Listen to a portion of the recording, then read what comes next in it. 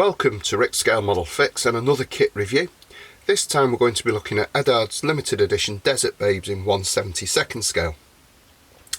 This is a reboxing of the Revell 1/72 scale Tornado GR1 and includes markings for 8 Gulf War aircraft, some resin seats and etched details along with a canopy mask. So without further ado, let's conduct the box top tour. So as you can see, you've got some lovely digital artwork there of Armoured Charmer in its Gulf Pink camouflage. On the box side you've got the 8 marking options that are included in the kit. And on the end of the box, with kit number for this one is 2137. And the opposite end, just a bit more information. So without further ado, let's lift the lid and take a peep inside. So there we go, here's the Revell kit bagged.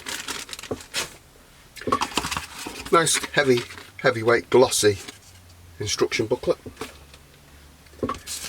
Decal sheet, etched details, canopy masks and some resin wheels and seats. So with Eduard, these limited edition kits usually contain some lovely instruction booklets with extra information. So let's take a look. We've got that artwork repeated on there. And straight away we're looking at the parts map for the Revell kit, which we'll have a look later. We've got the brassing accessories, so you've got jetstar seats, wheels, photo etch parts and canopy mask. Turning the page and we have construction as start. So as with all these kits, you're highlighted in red the plastic parts that you're going to remove, and whether you choose to do that is entirely up to you, and use the resin or etched in replacement of the kit parts. So those seats look to be really well detailed. Perhaps use the etch for the instrument panels and the side consoles, and then build that up just as you would the normal kit.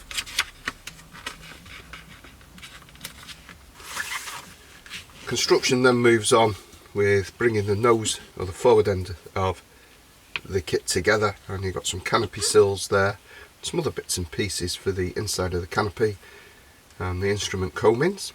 And it says there, don't forget to add nose weight, so don't forget to add your nose weight. Pylons, sway braces are detailed up with the wings, tail planes and the centre fuselage section there, all coming together. Little bracing support coming on the inside with the fuselage top and bottom coming together, and then it's onto the rear end and the jet pipes, and they all look just to be using the kit parts, but there is a flame holder in etch to add there. Fuselage section coming together with the tail and some more etched details there as well. Intakes fitting to the side of the airframe, along with then the speed brakes at the rear, and again you can choose the option of whether to have those open or closed. Moving on to the undercarriage, and this is the nose gear. It's nice to see that it can be added later in the build, and we've got some brassing wheels and some etch effect to enhance the kit parts. Main gear going on with the undercarriage doors and the landing lights or taxi lights. Repeated for the other side, and then we've got some lumps and bumps underneath, the aerials and the laser rangefinder, and details for the inside of the canopy rails and rear view mirrors. Option of canopy open or closed, in-flight refueling probe open or closed. Centerline bomb racks getting some etch parts to enhance their appearance, which is going to be lost if you fully arm your aircraft. Small tanks, large tanks included in the kit. Laser guided bombs, it says CPU 123s, don't know how well they represent the RAF versions. Sky Shadow, AIM 9, Boz, £1000 dumb bombs, and they're all attributed. Oh, we've got alarms as well, sorry, onto the pylons, and the centerline pylon there showing the loadout of the airframe. canopy masks showing where they all go. Nice time saver, especially in 70-second scale. And then the highlight of the Eduard kits have got to be the markings. So we've got Foxy Killer 16 Squadron, Saudi Arabia 91. Osmani 617 Squadron, Bahrain 91. Armoured Charmer 9 Squadron, Saudi Arabia 91. Gulf Killer and Czech 6.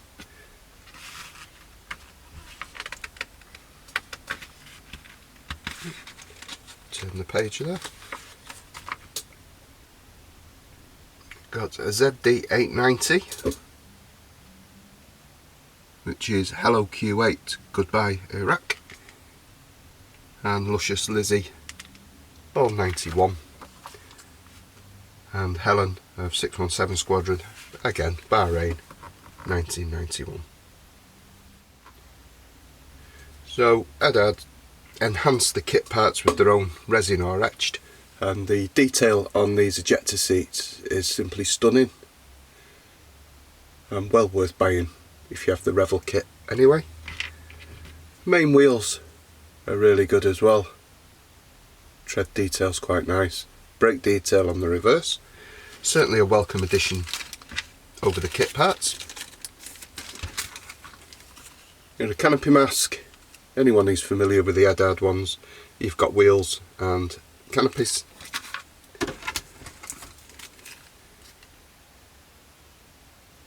Nice etch fret, playing havoc with the camera there, but it's colour printed for the cockpit and it doesn't look to be too bad. Got the radar screens, seat belts, etc. on there. And then the highlight of the kit, which are the markings. I won't go down the discussion route of Eduard's new decals, but they do look like Eduard's decals, so care in their application probably is a good word to use. So looking at the plastic, there's a bit of flash creeping in, as you can see there. Nothing too major, it's just going to need some clean up. But when you realise that this kit has been around for 20 years, that can be forgiven.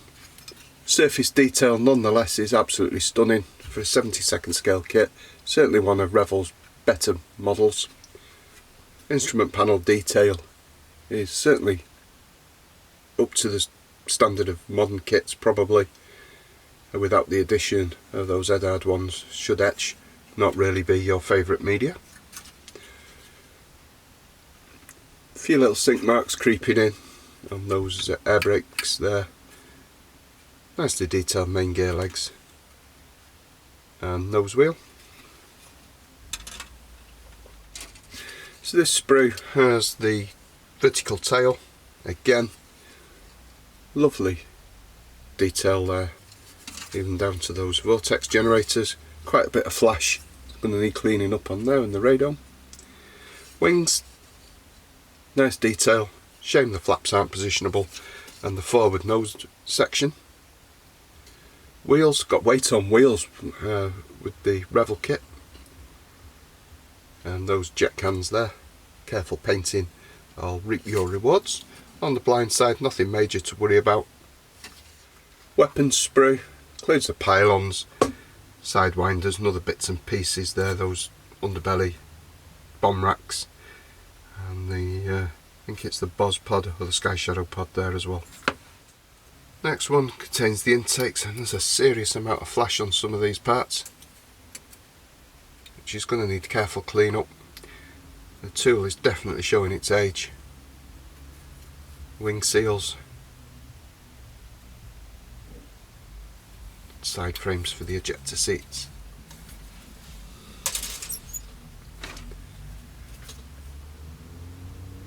Sprays for the weapons, some dumb bombs, and the larger tanks that are gonna need some serious clean up. That's horrendous. Nonetheless, shouldn't be too much of a problem. And there you can see clearly labelled 2000 vintage. Clear parts, covered in flash. Gonna need a lot of clean up on those, unfortunately. Some of the edges are a bit gnarly. Take your time with a sanding sponge, and they'll clean up. Just be careful that you don't damage the parts in the process.